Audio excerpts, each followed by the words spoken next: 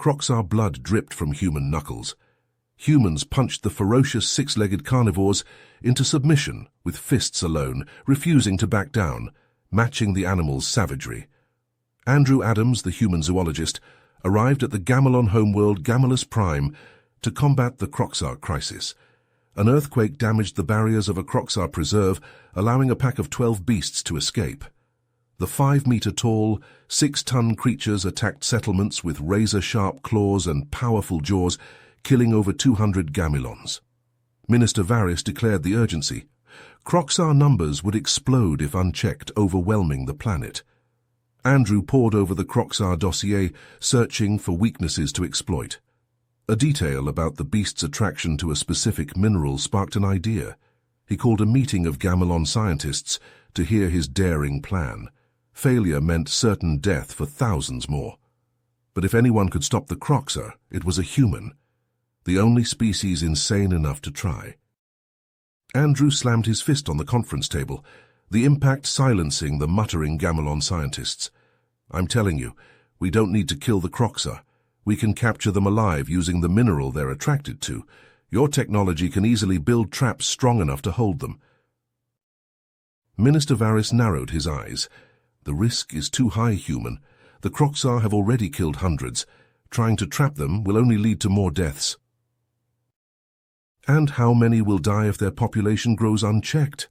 Thousands, millions," Andrew shot back. He tapped the dossier in front of him. "The Crocsar are a vital part of your ecosystem.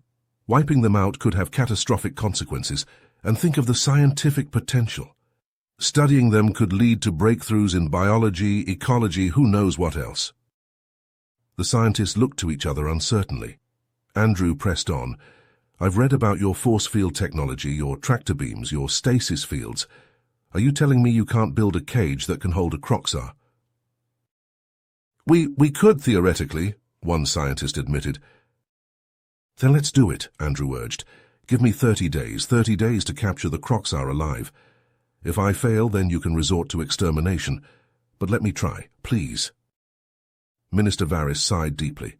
He glanced around the room, seeing the scientists' intrigued expressions. He turned back to Andrew. 30 days, no more. We will provide the resources you need. But if this goes wrong, it's on your head, human." Andrew nodded firmly. "I understand, thank you, Minister." He wasted no time getting started. The Gamelon engineers were fascinated by the challenge of building Crocsar-proof traps. They debated materials, designs, baiting mechanisms. Andrew worked alongside them, offering insights into Crocsar behavior to help refine the traps. While the engineers labored, Andrew ventured into the wilderness with a team of rangers to track the beasts. They followed the trail of destruction, studying the Crocsar's hunting patterns and group dynamics. On a few hair-raising occasions, they got too close. Andrew found himself face to face with the Titans, close enough to feel their breath, see the blood on their claws, hear the thunder of their roars. Each time he managed to escape with his skin intact, barely. The rangers urged him to be more cautious, but Andrew was driven by more than just the thrill of the chase. He was genuinely fascinated by the Crocsar. They were more than just monsters. They were incredible, complex creatures. And he was determined to save them.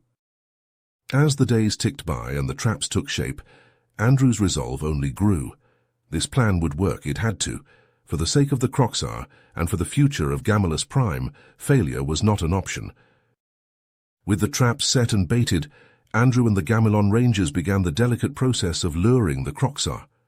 Drones buzzed through the air, scattering small amounts of the irresistible mineral near the beast's hunting grounds. The plan was to create a tantalizing trail, leading the Crocsar step by step towards the waiting traps. At first, the strategy seemed to be working perfectly. Over the first few days, several Crocsar were successfully captured, lured in by the mineral and caught off guard by the cleverly disguised traps. Andrew felt a surge of hope with each successful capture. Perhaps this crazy plan of his could actually work. But there was one Crocsar that proved to be a thorn in their side. A massive male, larger and more cunning than the rest, consistently managed to avoid the traps. Andrew dubbed this wily beast Titan, a fitting name for such a formidable adversary. Titan seemed to be learning from the capture of its packmates, growing more cautious and elusive with each passing day. Then came the shocking turn of events. Titan began actively targeting the trap locations. With a mix of brute strength and surprising intelligence, the beast tore into the traps, ripping them apart and freeing the captured Croxar. It was a devastating blow to the operation.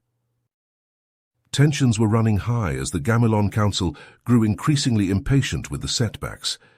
They demanded results, and they wanted them now. Andrew found himself under immense pressure to turn things around before the Council lost faith in him completely. Desperate times called for desperate measures. Andrew proposed a risky, some might say foolhardy plan. He would confront Titan directly, using himself as bait to lure the creature into a specially designed, high-strength trap. It was a last-ditch effort to capture the elusive Croxar before the deadline expired. Varys and the Council were vehemently opposed to the idea. They saw it as nothing short of a suicide mission. Andrew was just one man, and Titan was a force of nature, but Andrew argued passionately that it was their only chance. If they didn't capture Titan now, they might never get another opportunity.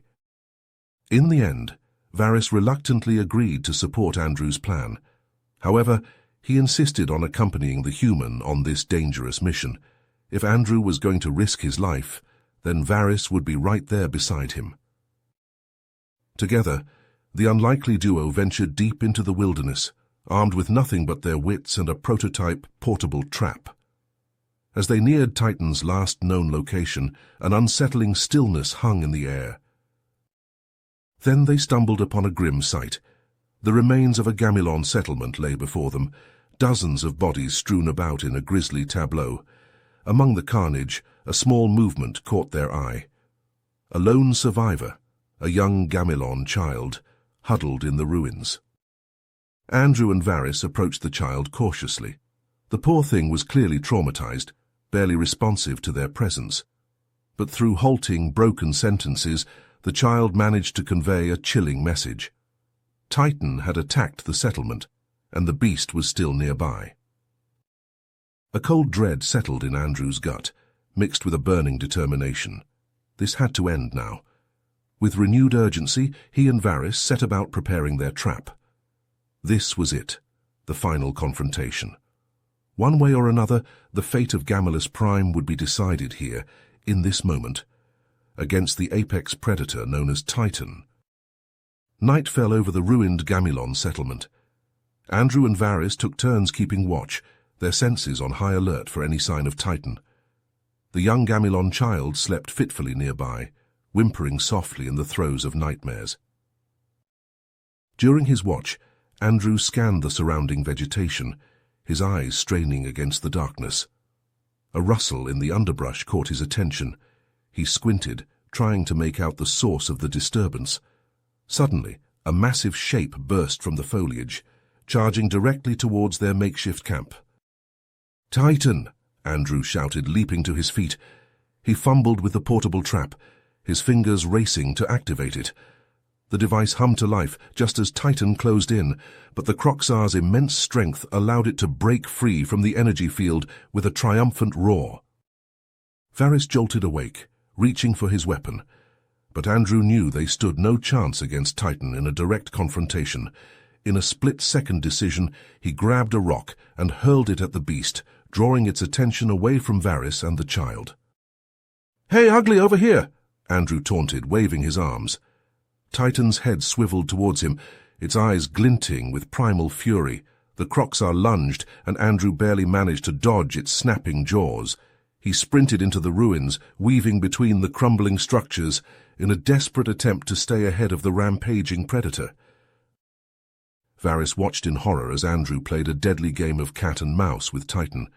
He looked down at the child, who had awoken and was clinging to his leg in terror. Varys knew he had to act. He scooped up a handful of the mineral they had used to bait the traps and waved it in the air. "Titan, look what I've got!" Varys shouted. The Croxar's nostrils flared, catching the scent of the irresistible substance. It hesitated, torn between the fleeing human and the tantalizing aroma. That moment of distraction was all Andrew needed. He circled back around, resetting the trap as he ran. "Varys, now!" he yelled. Varys threw the mineral towards the trap, just as Titan lunged for it. The Croxa's jaws closed around the bait, and it stumbled directly into the energy field. This time, the trap held fast, ensnaring the mighty beast in its glowing tendrils. But the victory was short-lived. In its frenzy to reach the mineral, Titan's flailing claws had caught Varys across the chest, leaving deep, bloody gashes. The Gamelon crumpled to the ground, his breathing ragged. "Varys!" Andrew rushed to his friend's side, his heart pounding. He tore strips from his own shirt, using them to apply pressure to the wounds. Varys groaned, his face ashen. With Titan secured and Varys stabilized as best he could manage, Andrew fumbled for his communicator. He contacted the Gamelon authorities, his voice shaking as he requested immediate medical evacuation for Varys and the child. As they waited for help to arrive, Varys reached up, grasping Andrew's hand weakly. "You did it, human," he rasped. "You captured Titan. I was wrong about you." Andrew shook his head. "We did it together. Just hold on, okay? Help is on the way." Varys managed a faint smile. "I think I understand now why your species is so respected in the Federation. It's not just your strength, but your courage and determination, your willingness to risk everything for what you believe in." The sound of approaching aircraft filled the air, and Andrew sagged with relief. Medics swarmed the scene, loading Varys and the child onto stretchers. As they prepared to transport the wounded to a medical facility, a hollow message from the Gamelon Council flickered to life before Andrew. "Andrew Adams, your bravery and success in capturing the Croxar leader have not gone unnoticed," the councillor said solemnly. "You have the gratitude of the Gamelon people. We pledge our full support to your ongoing research on these creatures." But even as the council praised his efforts, a new crisis was brewing. The ground trembled beneath their feet, a reminder of the seismic activity that had caused the initial breach in the Croxar Preserve. Reports flooded in of the remaining Croxar, growing increasingly agitated, their behavior erratic and dangerous. The council's hollow image flickered with static as the tremors intensified. "Andrew, we fear that another breach is imminent. If the Croxar escape again, the devastation could be catastrophic. With Minister Varys incapacitated, we turn to you. You must find a way to transport the captured Croxar to safety before it's too late." Andrew looked to the horizon, where the first light of dawn was just beginning to break. He squared his shoulders, feeling the weight of responsibility settling upon him. Varys had placed his trust in him, and he would not let his friend down.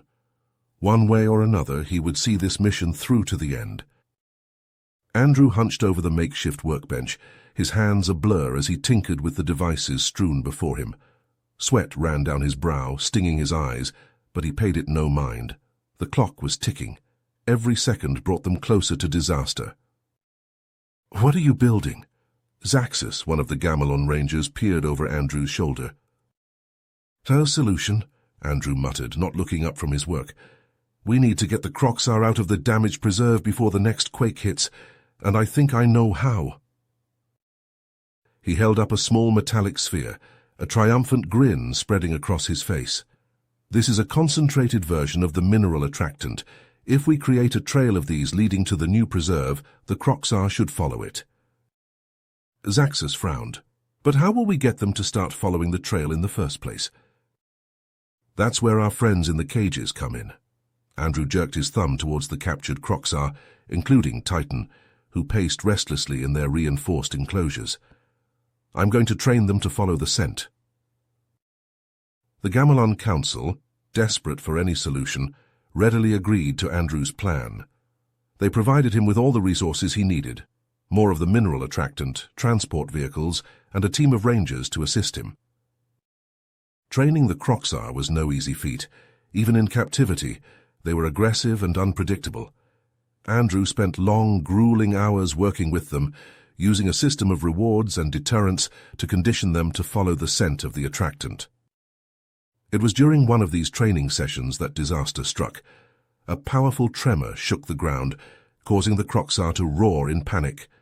Andrew stumbled, nearly losing his footing. He looked up to see cracks spreading across the walls of the preserve. "We're out of time," he yelled to the rangers. "We need to move now."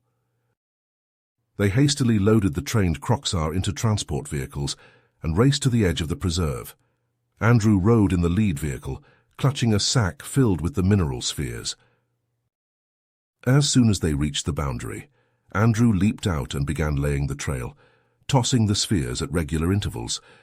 The trained Crocsar, released from their transports, immediately caught the scent and started to follow, bellowing to their wild counterparts. It was working.